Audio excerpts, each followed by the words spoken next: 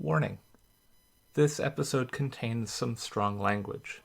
Listener discretion is advised.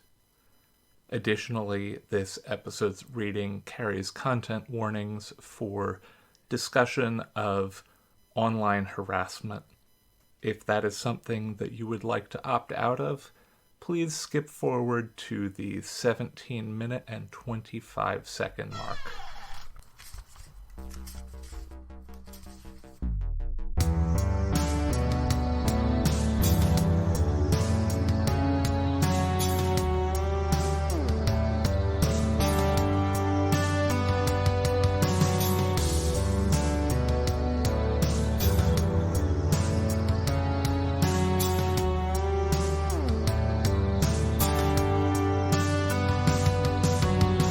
Hello, and welcome to Tales from the Trunk, reading the stories that didn't make it. I'm Hilary Bisenieks. Listeners, I am beyond thrilled to present a Trinidadian double feature on this show. Following on the heels of Suzan Palumbo last month, we have Brandon O'Brien. Brandon, welcome to the show. Thank you for having me. I am beyond excited that anyone else is beyond excited to have me on their podcast. So yeah, I'm very excited to be here.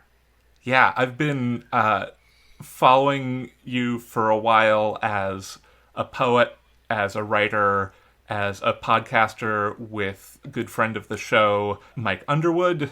So, Speculate is one of the few actual play podcasts that I actually give my attention to anymore instead of just giving my downloads to. I'm very excited to hear that in particular. I'm very proud of the work that we do over at Speculate, and I'm glad to hear that people are enjoying it. Yeah, it's been really fun. And you had a game pretty recently with another friend of the show, Valerie Valdes, right? Mm-hmm. Valerie Valdes is a core member of a subgroup that we call the Strange Friends.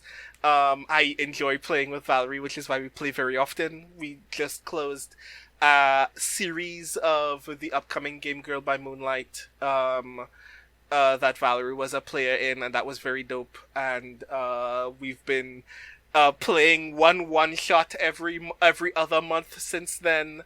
Love that it. We've been having a lot of fun with. So I like playing with Valerie. I like playing with the entire cohort of the Strange Friends, which includes Mike, as well as Iori Kusano, Jeoi Gawain Lin, and I just have a lot of feelings about all of these lovely people and the fact that they like spending time with me while we roll dice at each other. Yeah. I honestly, especially since the start of the pandemic, rolling dice at each other and listening to other people roll dice at each other, key part of my mental health strategy. Mm-hmm. Especially in the last couple of years, it has been especially vital. Yeah. I'm very excited to talk more about this and about your game design as well, but I think before we get into that, we should get into Content is Cuisine. Is there anything we need to know about this reading going in? So, this story is about all of the weird things about the internet, all of the ways that the internet can be incredibly hostile. So I guess I should open first and foremost with a content warning that this deals a lot in observing a lot of the cruelties that take place on the internet, a lot of the verbal and psychological abuse that is core to the process of moderating internet spaces in particular. But yeah, this is a story of attempting to reckon with what that looks like in a very extreme sense. Fabulous. And listeners, you will have already heard a content warning at the start of this show letting you know when to skip to if you would like to opt out. Well, I am ready when you are. Okay, Sarah. The real question. Why do you want to be a part of our team? The brown-skinned woman in the dark green pantsuit steepled her fingers, focusing on the girl's face. Easy, Miss Glasgow. There aren't a lot of digital content companies operating within the Caribbean. Miss Glasgow's American accent was pronounced, almost entrancingly unfamiliar. It reminded her of the effort she was making to be understood. But this one isn't Caribbean-owned.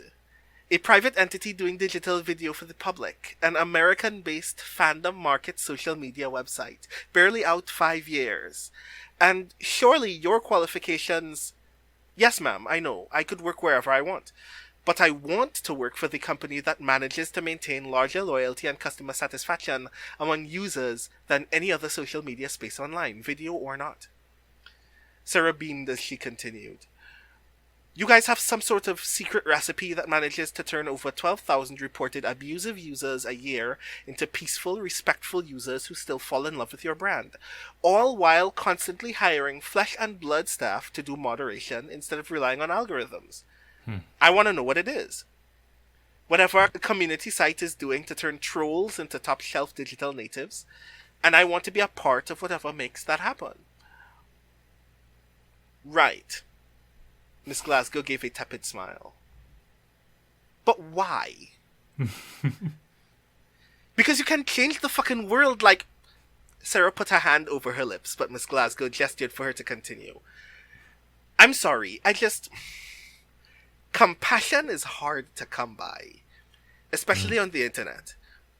I don't care about working for the company with the most zeros on their checks or the highest renown, even though you're still top 5 on both of those lists. I care about the company that's making a difference. The space that's trying to change the way people have conversations online. And I think that's here, and I want to figure out whatever it is your vision statement is and apply it to literally everything I do. Change the world, you say? Sarah gave a stern nod. If you'd pardon my language, the whole damn world. All right then. Miss Glasgow got up, circled the table, and held out her hand towards Sarah. When can you start, Miss Prasad? Really? Sarah shot up from her seat and gave Miss Glasgow a firm, eager handshake. I can start as soon as Monday, ma'am, if you'd let... Monday it is then. 8 a.m., bright and early. You'll be asked to sign a contract on the way out if that's okay. And... She gestured vaguely to Sarah's outfit. White polka dot blouse and maroon skirt and red platforms. Don't let my love of pantsuits fool you. We're 100% casual over here. Trust me, you don't need to be very formal about a lot of things at WeView. Got it? Sarah grinned. Thank you again for giving me an opportunity, Miss Glasgow. No, thank you for thinking we changed the world out here. Sarah left the office wanting to cartwheel all the way out of the exit. She worked through shitty minimum wage jobs just to get a chance to do something she really liked. Not even something that paid well. Something cool. Something inspiring. And now she took her first step into working her way up the only social network people felt comfortable talking in. The only social network that wasn't a botfly-covered shit pile in the comments all the time. Not like a couple trolls didn't slip through, but there were always a couple, and they never stayed trolls for long. That's the only reason why she cared. Then, out of the corner of her eye, she noticed something she didn't think she would see again for years. It made her heart race immediately. What you doing here? She whispered to herself. She focused her eyes on the boy, dark-skinned, his afro rising up into the air perfectly round like a shaded halo around his heart-shaped face. He seemed deep in some comical conversation with a co-worker. Did he work here? Would she have to talk to him? Would he want to? Sarah didn't think she'd feel panicked about this, but then again, when was the last time she had even thought of him? If there was anything that could make her not want this job anymore, it would be Daryl Cruikshank. And low. On Monday, Sarah found herself trapped in the angriest taxi on the road. The traffic stretched down every street between Woodford Square and the Cobblentz Avenue office, coupled with the otherwise unheard-of traffic on the bus route, and a morning trip that should have taken 45 minutes had stretched on for an hour and a half. She called the office twice, a courtesy to let them know what was happening, but no one picked up. Anyone on the road who wasn't walking was honking, and anyone on the road who wasn't honking was cursing. The balding, pot-bellied man in the driver's seat barely settled on any other single driver to direct his frustration at.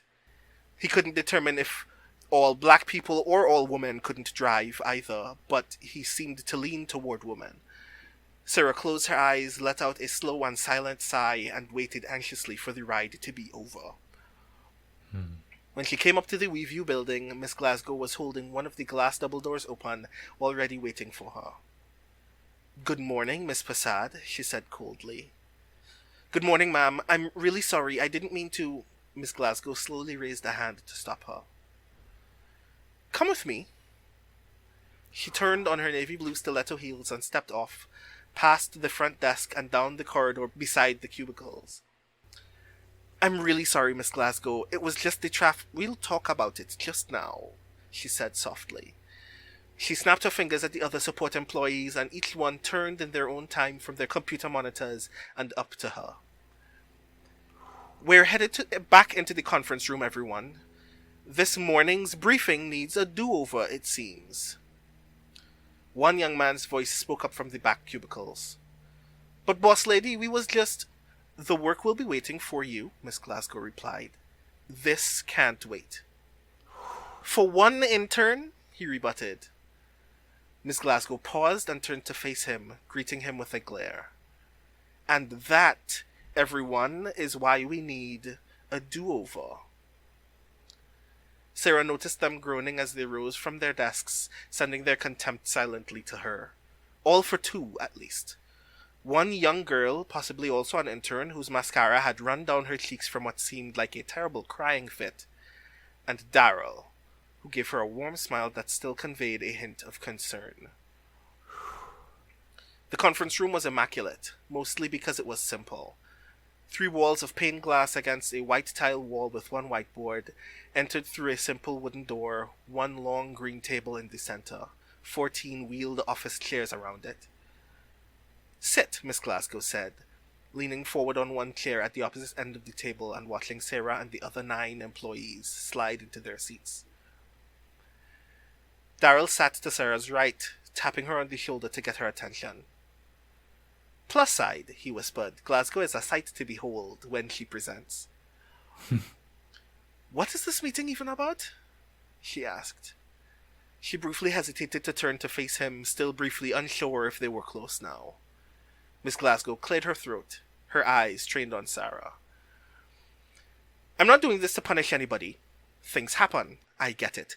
I know it's a pain to get here on time sometimes too, and this meeting isn't about any lame-ass crap about it's your duty to get up early or anything. You couldn't have known." Sarah felt the rest of the room's eyes on her.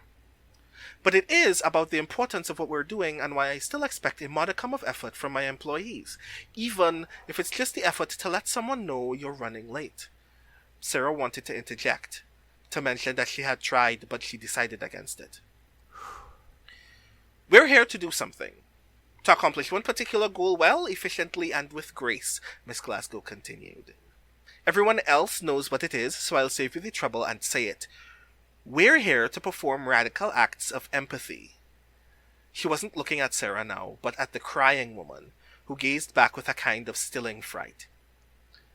"Empathy requires a great deal from us. It requires us to be open in our hearts to some pretty dark shit taking place on our site. And I mean some really fucking fucked up kind of shit. And I wish I got the chance to say this sooner, but now that we're having this meeting again, I'll just come out and say it. You guys are fucking brave. In your own ways. Sure, they're just comments, right?" She put up air quotes around the "just," said them in the fake voice of what Sarah imagined some abusive internet dude bro would sound like.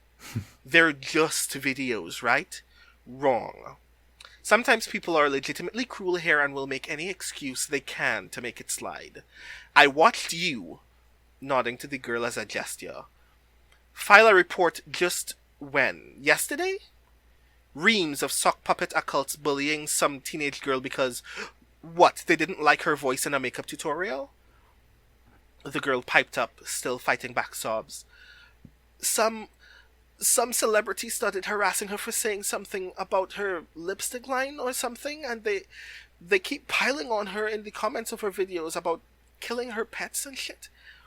About hurting her parents." Sarah couldn't tell if the other intern was getting angry or more depressed by recollecting it. Right. And you cleared all of them out. Got their IP addresses even. Locked some of them out for good. You know she made a whole follow-up video just to thank us for getting on that? Rose her viewership 2%. Gave us maybe 2,400 new users within a day, but that doesn't matter. I know that because it matters to the people who invested in us a year ago. But for her, that girl who just wanted to look pretty twice a week online, you don't think you made her day, but you did. Didn't you? The intern nodded. Sarah observed the faces of the other interns, one contemplative expression, a couple worried, even one tense gaze. That required empathy of you. To watch that kind of shit and get into action. To have to literally consume all of those feelings at once and still try to help at least clean the mess out of her way. That's our fucking mission statement right there. Guiding policy for all outward-facing company service, including and especially moderation support staff. We aren't the biggest, fastest, or shiniest online video space, but what we sell is empathy. We're here to foster a digital space where people can share perspectives without having to be bullied or hated. We're here to bear that burden for our users. And if bearing that burden scares any of us, makes us sick, makes us freeze up and lose the ability to do our job, then any chance of empathy at all from this company to our clients is compromised. Ms. Glasgow took a step toward the woman and she flinched. I'm sorry, Kelly, I get it. I can't take it all the time either. But it gets easier when we remember who we do it for. What we're trying to build. The intern named Kelly nodded again, gave a nervous smile, and wiped a single tear from her cheek with the back of her hand. Yes, ma'am. Miss Glasgow did another heel turn back to Sarah. And what we're building also requires being here on time. And that's what I'm going to read for now. Ooh. Oh. What tension, what atmosphere, what... I've been in technology long enough to have met people like that, and that was chilling, honestly. Incredible. Thank you.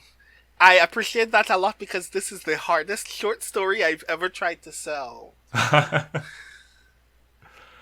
Yeah, talk us through this story a little bit, just in terms of like, and this is something that we'll touch on a little bit later, but it very much, just from what you've said just now, feels like it is very much an experiment, and experiments can be really hard, and so just sort of want to know your perspective on that.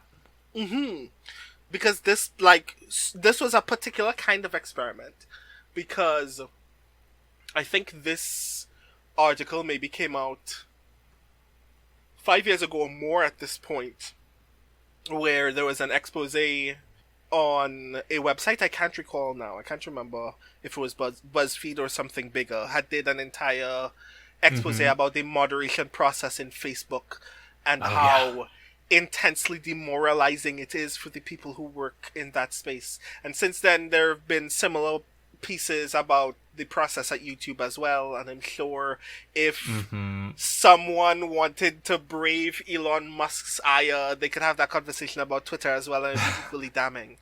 But I remember reading that first piece about Facebook and being, like, frightened. Because it hadn't occurred to me at that moment. Like, we value, as consumers, we value human input in the moderation process because only another human can know when something is truly cruel or not. So when someone is obviously being abusive, obviously being racist or homophobic, we trust a human who knows that that is not good, to see it and go, I am not going to allow this to happen in this space. But we never ask the obvious question, what is it like for someone who has to spend 8 or more hours a day just watching people be homophobic because I asked them to watch it? And the answer to that question is very depressing, Yeah. as we learned from that piece. And the dark idea that came up to me that triggered this experiment of a story is, what if being an internet moderator is the same as being a sin eater? Oh. Because we didn't actually get to...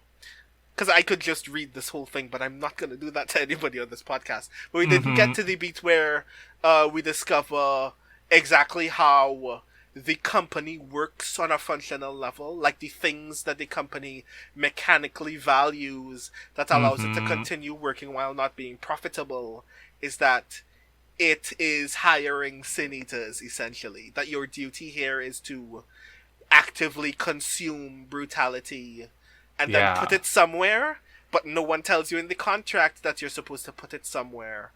So the thing that one of the things that triggers Sarah's kind of alertness about the company is when she learns that there is only one drink menu. There's only one drink menu in the staff lounge for the company. Oof.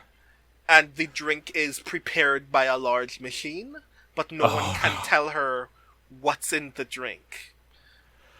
And the answer to the question of what's in the drink is the reports. And, like, I guess I wanted to write a thing that felt... And I hadn't actually thought about this until a while, because I drafted this story years and years and years ago when, like, that first piece had come out about Facebook. And it didn't occur to me what I wanted to do with the story until very, very recently, which is I wanted to write a story that did for internet moderators what clapping was supposed to do for nurses during the pandemic. Oh, yep. I wanted to write something that felt like we appreciated not just that being a moderator is hard because policy is hard, or because it's very difficult to get people to agree on what is just or unjust, but because being traumatized for a job is a lot, and at some point you kind of have to revere people for being willing to do it. Yeah, so that was what this was supposed to be. I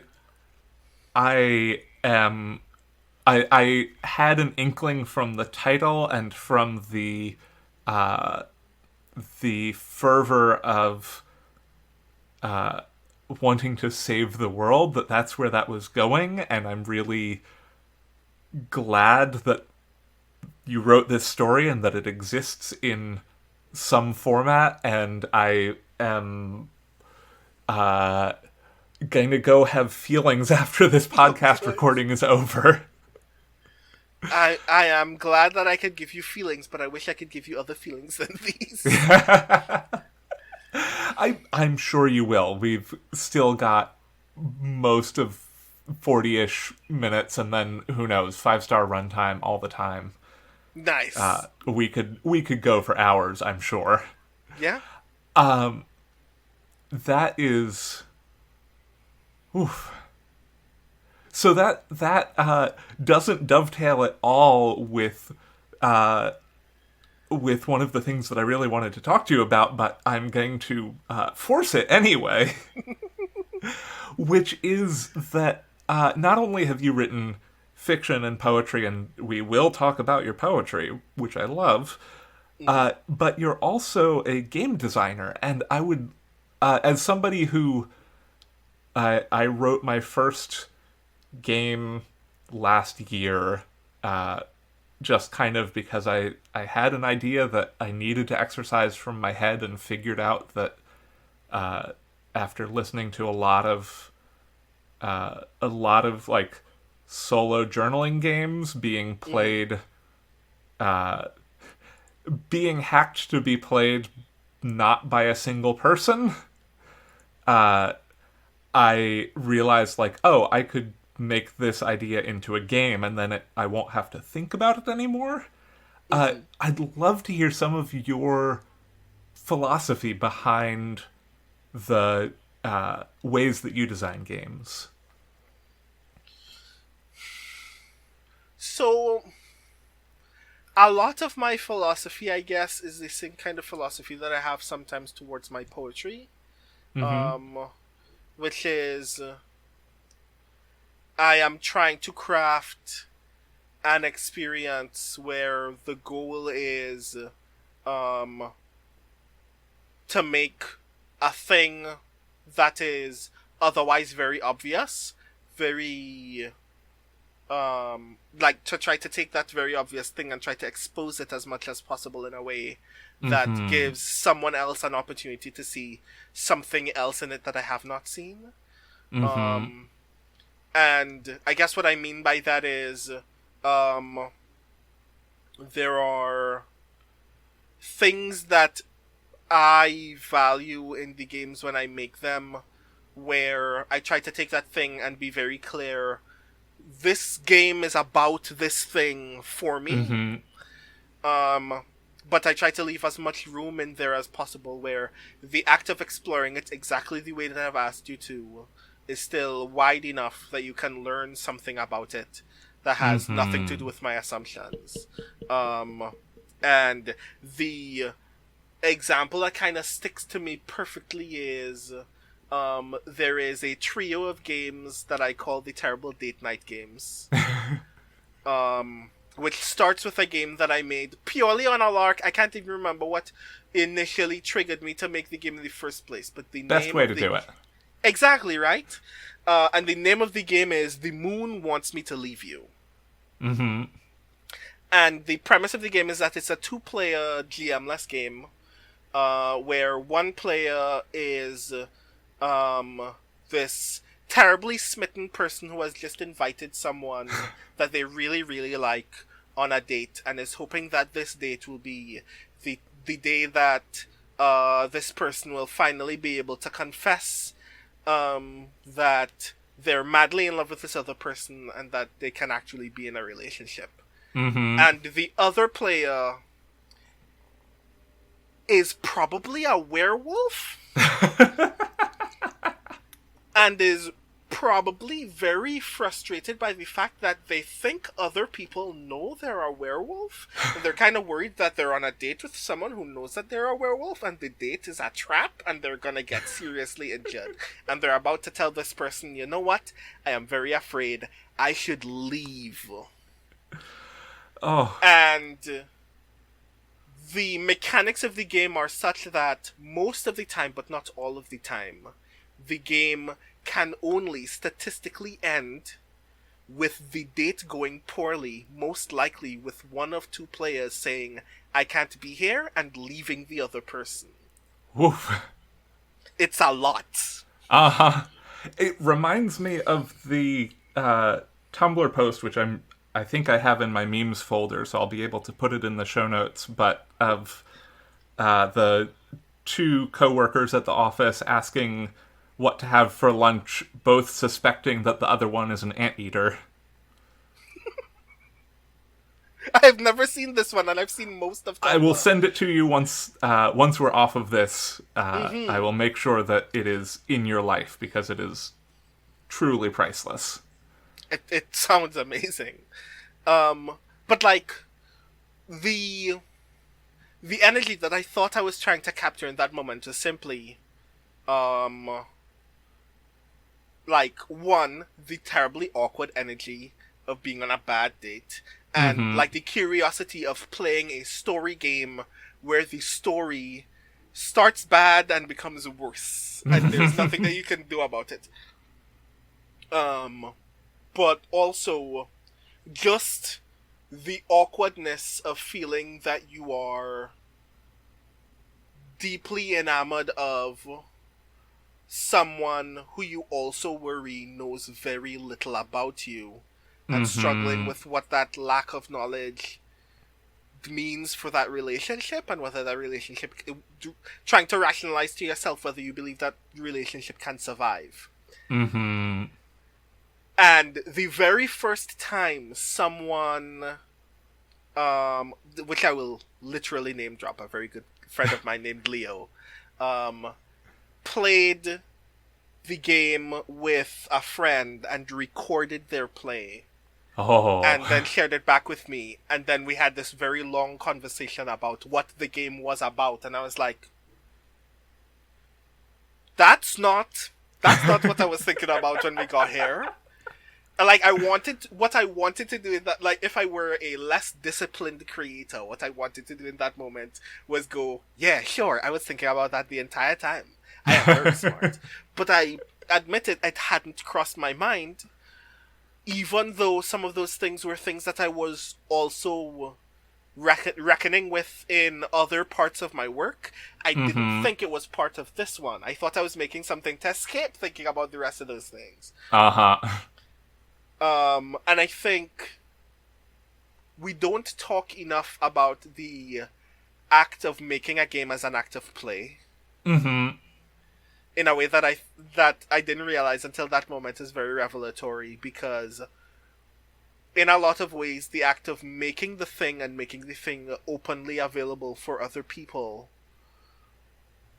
is part of the act of discovering what play does and means for the thing, in a lot of the same ways that writing a story and then putting the story out in the world is an act of rereading for the writer, because this is a moment when you're learning what that story is for other people and reckoning with whether it is also those things for you and why you hadn't noticed it or had downplayed it in the making. So a lot of my process is like that as well. I have begun to take severe pride in discovering that there is something deep about the work that is beyond me, and rationalizing, like learning to like embrace deeply what it means that I hadn't seen it or saw it and didn't think that it was valuable in the making, and how it becomes valuable now. Like, I tell this story often about Can You Sign My Tentacle, my debut poetry collection, which is when I started writing the collection, it was a joke. I didn't think that this was a collection that I wanted to work on. I was working on another poetry collection at the time, but it had already crossed the chapbook threshold when Interstellar Flight Press was asking for submissions, and I had written the one poem that is core to the theme of the work, literally the first poem in the book. Hastur asks for Donald Glover's autograph. I had written that as a joke the night before a poetry reading Zoom call for Uncanny Magazine, in their I think that would have been like their like third or fourth Kickstarter, if I'm not mistaken. I was like, this is a joke. I have written this because I didn't want to read any of the poems that you can already read in Uncanny. I don't want to think about this collection again, and then I don't want to think about this poem again, and then Interstellar Flight Press opened for chapbooks. The thing that I'm working on is already too big, and I look at this poem and go, can I make more of this?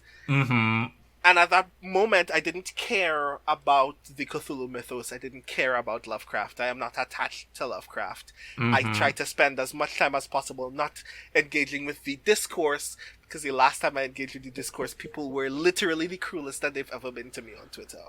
Yep. As is their want, which is, again, comes full circle, I guess. But I wrote a couple poems mostly as a joke, mostly to explore other things through the mythos lens. And in that process, one of the things that I appreciate a lot and tell people a lot about the collection since is I actually have a lot more empathy for Lovecraft, having done that work, because I went through all of that and came out of it going, yes, Lovecraft still made these terrible, hostile decisions. But it is almost uniquely because he is the product of a culture that we should be critical of his engagement in culture and what that means for others, but also be willing to ask more deeply some questions about Lovecraft and these predilections, because he was surrounded by other people who either saw it and encouraged it in a lot of situations, as a lot of scholars have already observed, or acknowledged it and thought it was not noteworthy because his work is noteworthy, as if those things were separate, even though it was fundamentally a part of his capacity for telling narrative. Because he doesn't even avoid telling the stories about he doesn't hesitate writing people the way that he sees them, right? Even when it has no value to the story. And what does that mean for us, knowing that? How do we, like, essentially I learned after the book was out that I wrote a book about how do we not simply form an opinion about Lovecraft, and not merely how do we recuperate our perspective about Lovecraft, but what are we doing to make sure that there isn't a Lovecraft? Because there are Lovecrafts all over the world. Oh, yeah. And, like, if our only opinion is this is not a thing we're supposed to talk about, then when our friends behave like this, we are either encouraging them or ignoring it because their work is greater than the things that they do. And that's how you get another Lovecraft. Yeah. And that made me, like, it's probably even crueler to say that I pity him more than I could possibly hate him or judge him at this point. Because, like, for instance, he didn't name his pet cat. Dozens of people heard his pet's cat's name. Yeah. And either didn't have an opinion or thought it was funny, but it wasn't his decision. Yeah. And big yikes. yeah, like, how do we, like, in the world that we live in, how do we create the space in which we can be better friends to people who are causing harm, such that harm is minimized? And what does it mean when you're not? And, like, and the funny thing about it is, the point at which I realized that is that there is a sub-series of poems in the collection called the Lovecraft Theses, where the joke that I thought I was engaging with at the time is Lovecraft is accidentally very hip-hop because his fundamental fears are fundamentally hip-hop fears. His fear of the other is the desire to defend the block. His frustration at lacking a certain level of power or prestige because of other people's access to his space is a desire to empower your own hood over other people's hoods. All of those things are true. And then in the writing of the poems, the narrative through line in those poems just accidentally became, you are a member of a community where every decision that you make is part of the wider assumption of what that community values and stands for, because you identify as a member of this community. So if you don't value these things, but value your community, what are you doing to change the perspective of your community for other people? And I didn't realize that was what I was doing until those poems were done. And I was like, okay, cool. Thank you, poem, for teaching me a thing. It's not like I wrote you anything. I guess you fell from a tree and I discovered you, because this is something that I didn't notice before. And I like when that happens in the making process. Yeah. And I like it while making RPGs, because I like discovering that the act of discovery for other people means that they have to engage physically with something, that they have to behave in ways. And then I watch them do that and go, well, that's not what the rule is supposed to make you do. Why did it make you do that? Because I thought the rule was about X. I wasn't thinking about X, but thank you for telling me that X is a thing worth thinking about. Yeah. Yeah, I really like the through line of this is really making my brain buzz in really fun ways right now, because I'm just thinking about, like, it's true, like, the way that you engage with a poem is the same way you engage with a game, which is, like, the act of reading a poem, and especially, like, you know, shouts to all of my professors who said, like, you have to read poems aloud. They don't work Mm-hmm. just in your head. Like, the act of reading a poem aloud is interpreting that poem afresh. And, you know, oftentimes teaching you something about yourself, teaching you something about, what like, a poem is doing something to you, and you're doing something to the poem by interpreting it. And, like, that's really cool. Yeah. No. Like, I. This is mostly an aside, but I think that is also valuable here because of that distinction, right? Like, play is the act of reading a game aloud. Mm-hmm. And that means that you value the text a lot as well.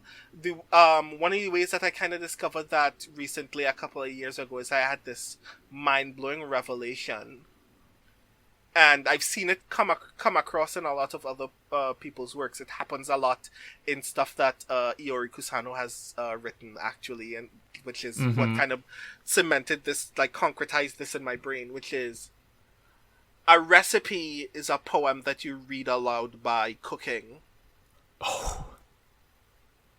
Woo. And that doesn't that sounds like it's a silly, facetious assumption until you realize that in those recipes, if it says that it needs a dash or a sprinkle of a thing, Mm-hmm. you're placing trust in someone whose hands are bigger or smaller than yours. Mm-hmm. Which means that they're making a thing that is not what you asked them to make. Mm-hmm. They're making the interpretation of the thing. And just the way that they will perhaps knead dough, or whether they will use a knife or a food processor to dice a vegetable. Mm-hmm. Where they get the liquid ingredients that they need for a certain thing that aren't water. Mm-hmm. And the price of the thing if you didn't tell them that they needed a specific thing. Or if they live in a place where that thing is impossible to get. Mm-hmm. Like, if I want to make a Sazerac, I can't use Angostura bitters because they said not to. But what if I did? That's the bitters you had. Yeah. And I'm like, a lot of how we engage with the act of physicalizing any experience in its own way is an act of play. Whenever there is an instruction that needs to be performed, that instruction, unless you're doing something where the stakes are life and death, and even then you're just participating in a life or death poem, which I don't recommend, but that's the state that you're in. But anytime you are engaging with those things, you are essentially engaging with a piece of art where the end result is not defined by its original creator. The chef doesn't care whether your lemon meringue pie tastes or is shaped like theirs. They gave you the directions to make a lemon meringue pie. What matters is that when you eat it, you feel fulfilled. Yeah. Whew. This is like my brain is literally exploding right now. So a couple of hours before this recording, we're recording this right at the start of April, several weeks before it comes out, and by the time this comes out, my essay will be out as well. But Sarah Gailey's Stone Soup just released the 2 recipes from this month's Personal Canons cookbook in their newsletter this afternoon, and Shing Yin Khor has a kanji recipe in there, and I have a macaroni and cheese recipe in there. And this is and I talk about this in the essay that will accompany this recipe in a couple of weeks, coming out on the 12th. But this recipe is something that I received from my friend's mom, and then made it my own, but for the last over 20 years, I have only ever had this recipe as prepared by me. I've never experienced somebody else's interpretation of it, and I'm very excited for other people, even though I'm not going to be able to taste all the variations, I'm very excited for other people to be interpreting this recipe specifically in the way that, like, one of the things that I talk about in the essay that goes along with it, Trust the Process, is like learning. My mom cooked by instinct, and learning to view recipes as frameworks and as ways to experiment with things. And I'm just like, the synchronicity that is happening here. I just did like the synchronicity, Simpsons hand gesture, working in tech. Like, it's all coming together right now. I feel like this was a serendipitous meeting for us both. It was. We're having this conversation, and this weird sound just happened, and this blue police box showed up in the room, the podcast room, and I'm wondering if we can take a step. Doing this bit for now going on over 4 years now, I think I've finally leaned into the inherent absurdity of it, and it only makes it better. I'm wondering if we can take a step into this time machine and go back, and if you have any advice, specifically maybe about experiments that you would like to offer to younger writer Brandon, and by extension to all of our listeners in whatever part of the writing life they are in. There is a version of this advice that I would definitely give myself, and the way that I give it to myself is particularly hilarious, because I would tell if I could go back to specifically my high school self, I would go back specifically to any period during high school where I was still enrolled in additional mathematics, and I would go to that version of me and go, keep writing as if you're still right here. And what I mean by that is, I didn't like that class and eventually dropped it, but because I signed up for it and wasn't allowed to be unsupervised for 2 periods, I was still mandated by my dean to be present in that class for that entire time. So during that time I wrote. This is 15-year-old me. I wanted to be a writer, but at that point thought that it was physically impossible. Didn't know what else I was going to do with my life at that point. Was leaning into writing poetry. There's a very fun part of my life during that point where other kids at the all-boys school that I went to, that was physically attached to an all-girls school to the very east of us, those boys would be like, "Oh, you write poetry?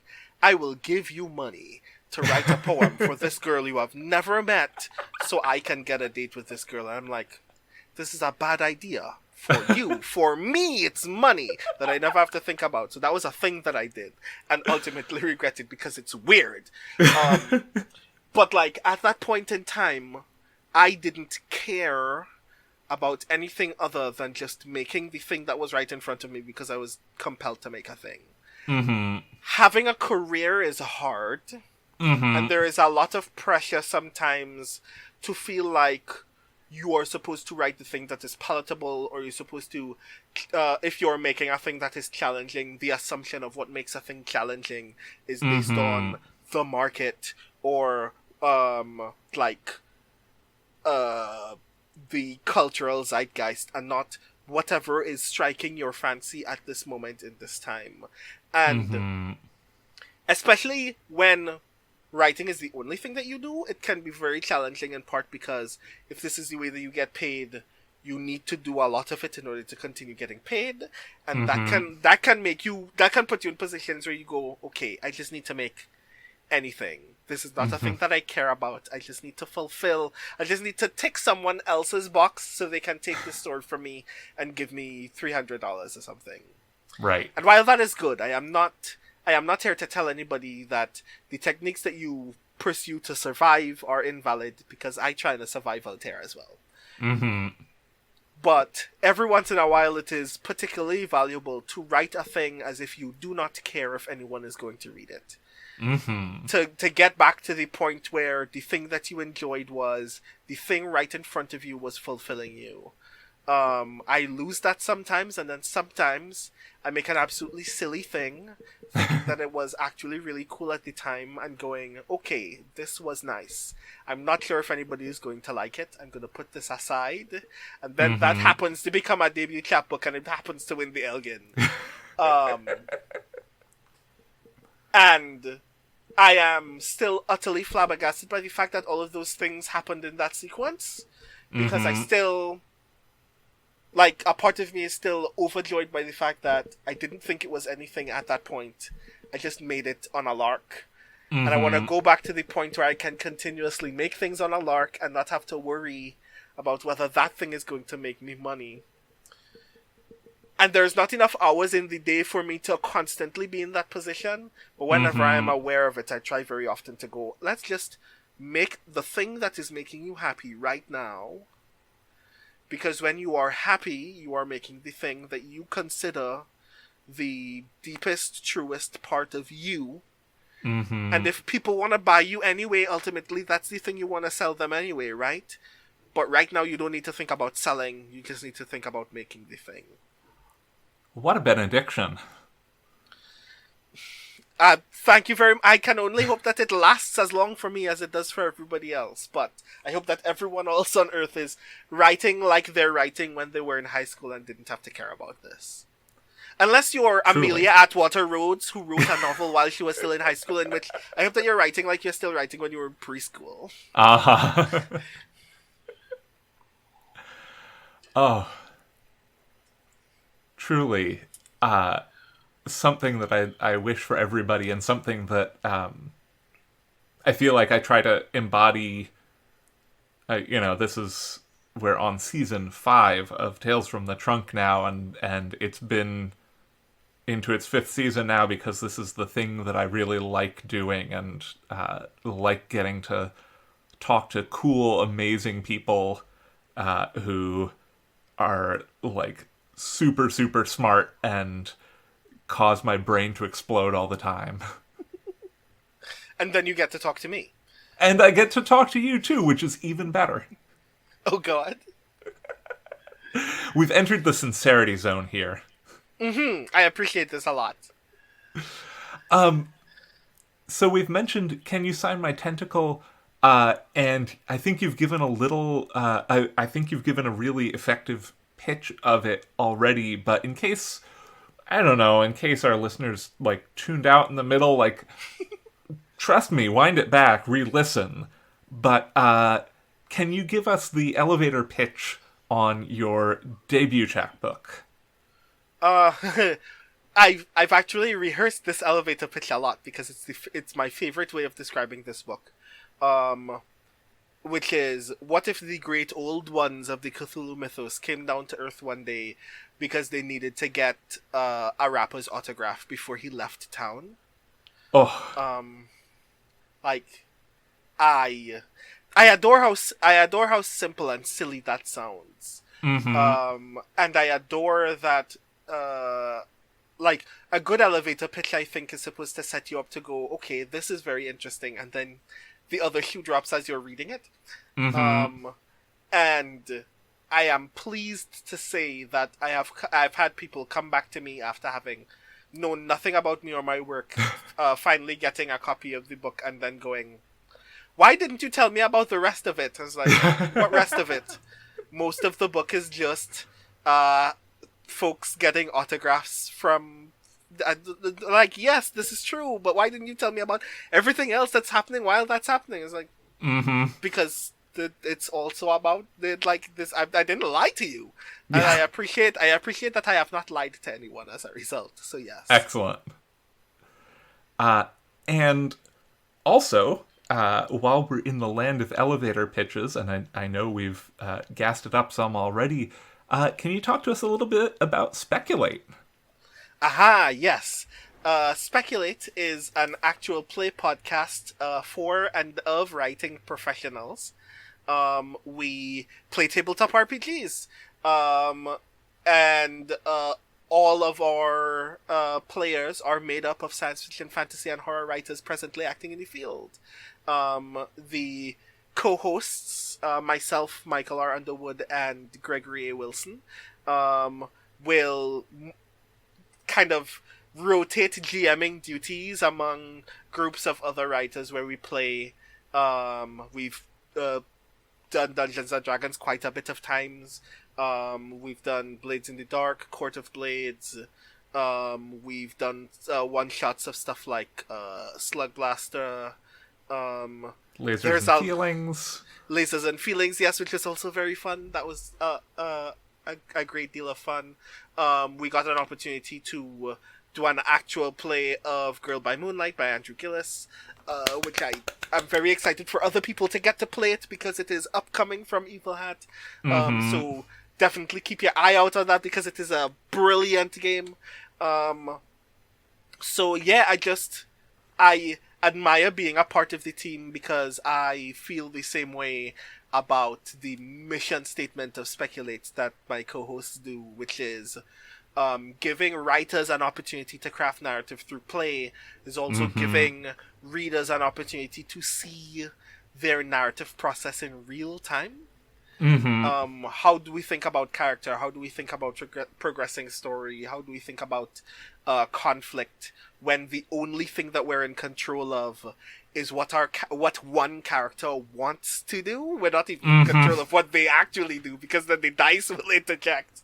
I think that's a very strong kind of lens into writer's process because it tells you like how we will prioritize the decisions that we make when our scope of engagement with the narrative has been reduced, but our ability to collaborate has been expanded because you're telling the story with other people. And I adore that a lot.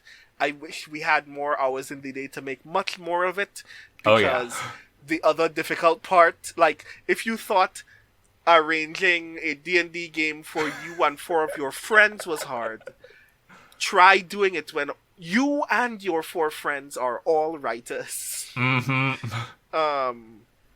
But it's one of the most fun things that I get to do, and I'm very excited to keep getting to do it. And I hope that more people get to see and hear the stuff that we do, because I want not only for us to continue being able to invite other people and get to do more cool stuff, but I want people to be able to see, to get this glimpse into writerly process through the act of play, because we are in a media landscape where people value it as a narrative medium much more highly now, because of the saturation of actual play content. And I want people to be able to still have fun with it, because Speculate is still a lot of fun, but hopefully be in a space where making the fun and being critical about the act of telling the story is happening at the exact same time.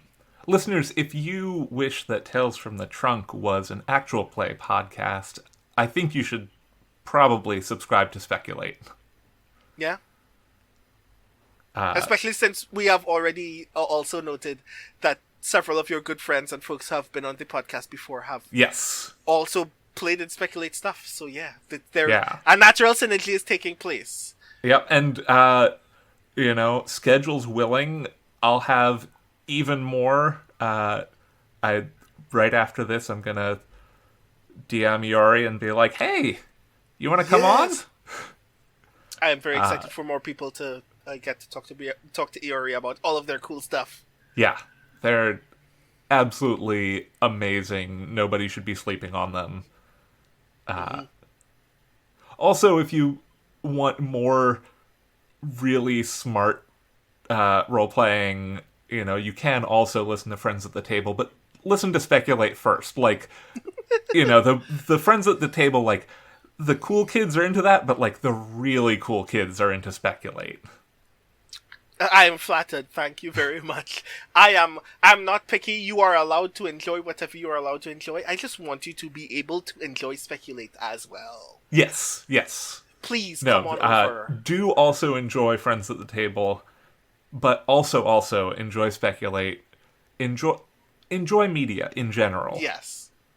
There's There's a wealth of cool things being made. There are so many cool things being made. On that subject, is there any media that you've been particularly enjoying that you'd like other people to know more about?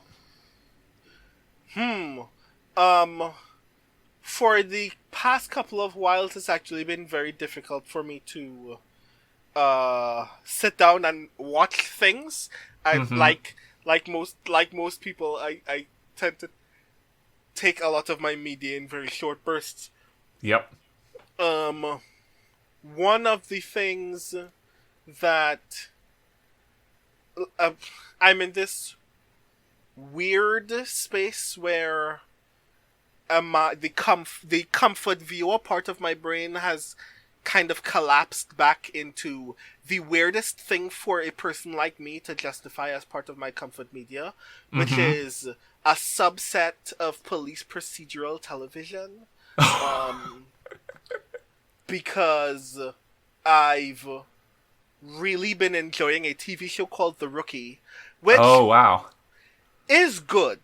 I am loath to recommend anybody should continue engaging with police procedural media as a part of their content diet for lots of very critical... Yeah, call a cab. But something about The Rookie is still absolutely entrancing to me.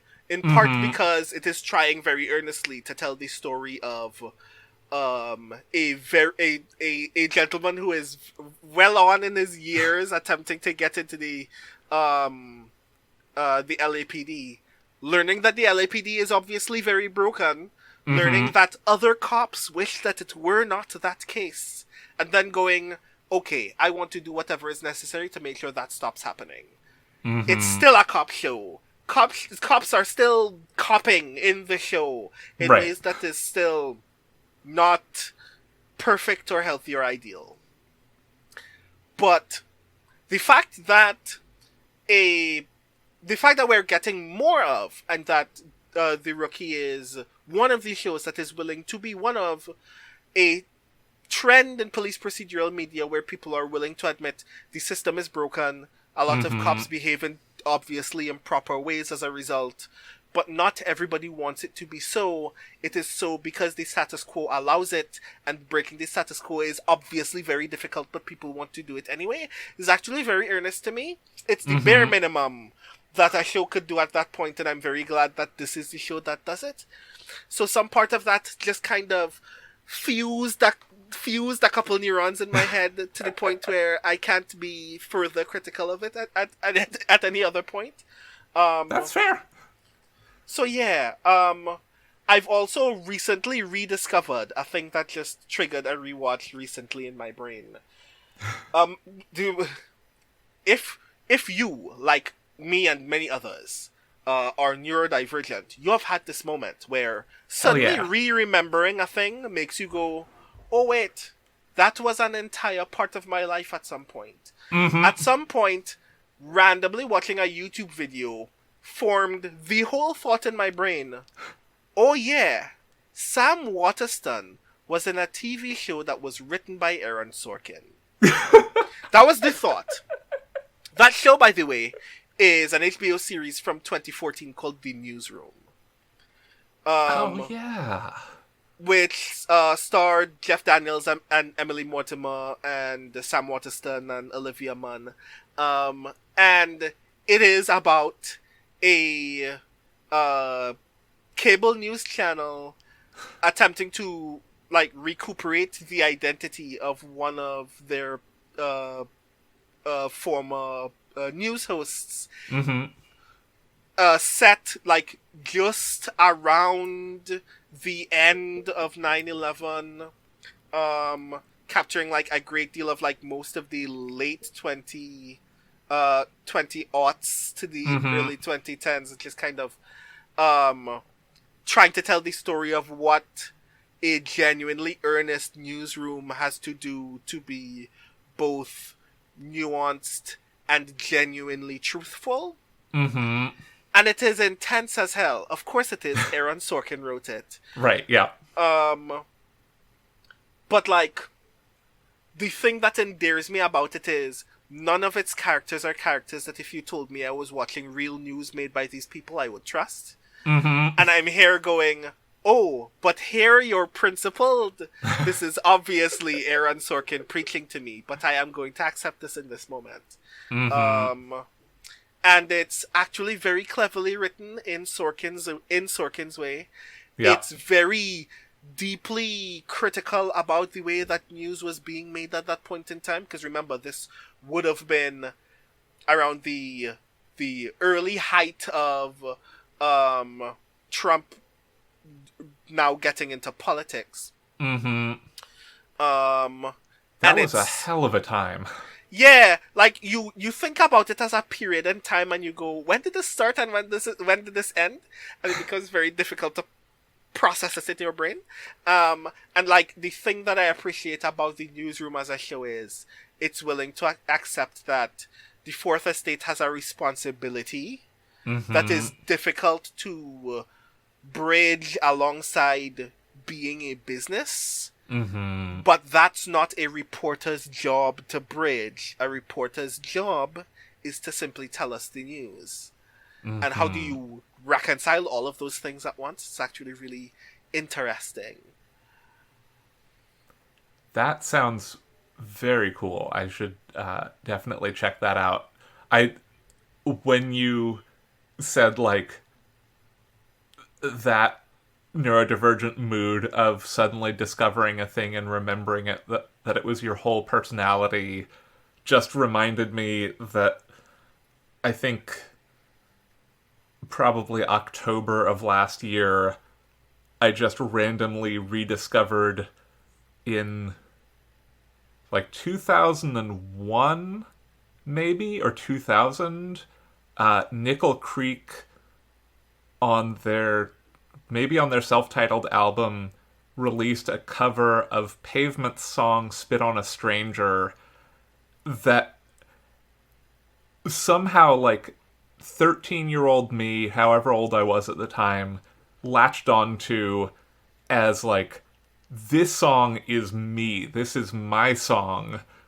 And it was exactly that thing where it just came up in a YouTube mix a couple of months ago, and it was the only thing I could think about.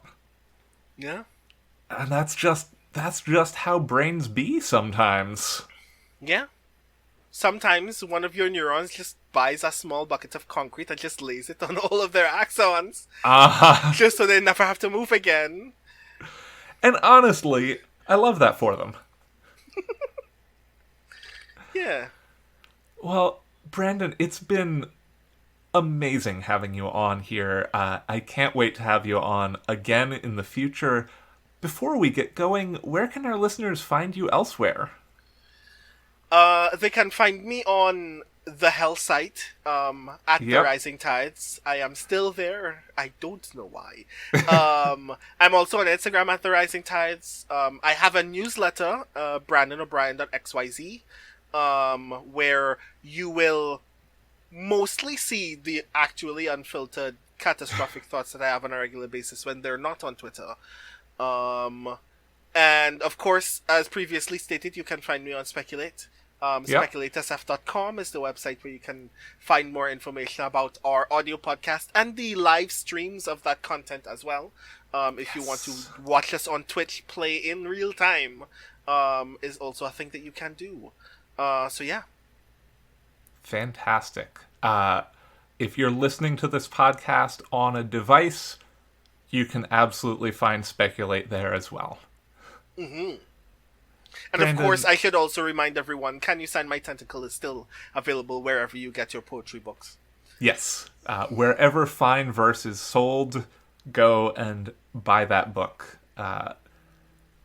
And also lots of other places, obviously Uncanny, Faya. Your website will tell people where they can find your writing. The website link will be in the show notes. Brandon, thank you so much for coming on the show. It's, again, I'm just, it's the sincerity zone. I loved this. I love this too. Thank you for giving me an opportunity to be unhinged for an hour. Absolutely. This is a lovely convo. If this podcast can't do anything else except giving authors a place to be unhinged, I'm still happy. Yeah, works for me as well. Yeah. Tales from the Trunk is mixed and produced in beautiful Oakland, California. Our theme music is Paper Wings by Lillian Boyd. You can support the show on Patreon at patreon.com/trunkcast. All patrons of the show now get a sticker and logo button, along with show outtakes and other content that can't be found anywhere else.